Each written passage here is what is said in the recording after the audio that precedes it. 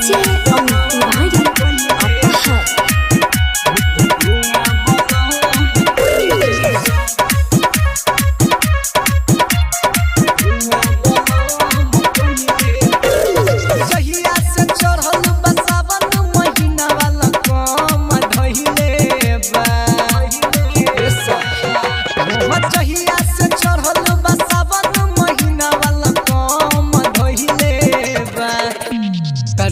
जो धुकी धुकी के चिलो हम धुआं बलम कइले बा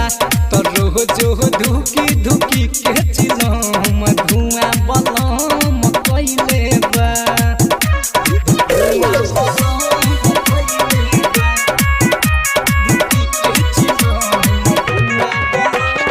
डीजे तिवारी अपहर मां रिकॉर्डिंग स्टूडियो बिशनपुर मुंगेर।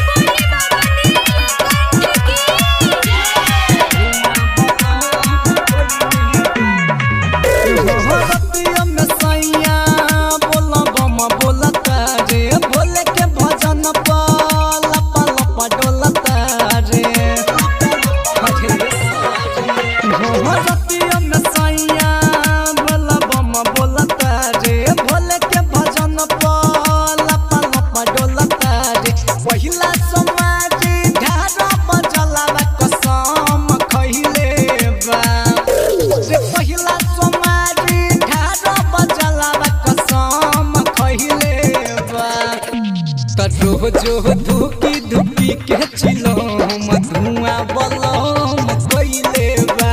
तरो जो धुकी धुकी के चिलो हम धुआं बलम कइले बा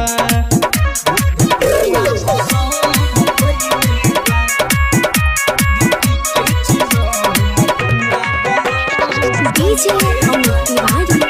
अपहर बाय सौरभ पटेल।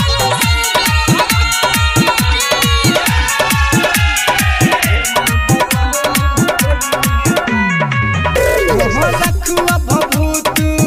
रोज देह पलगा बस बाबा के कहानिया सारा लोग के सुनाब रखुआ भभूत रोज देह पलगा बस बाबा के कहानिया सारा लोग के सुनाब हमारा बुझाला कि नया सवन के जन्म भइले बा हमारा बुझाला कि नया के जन्म भइले बा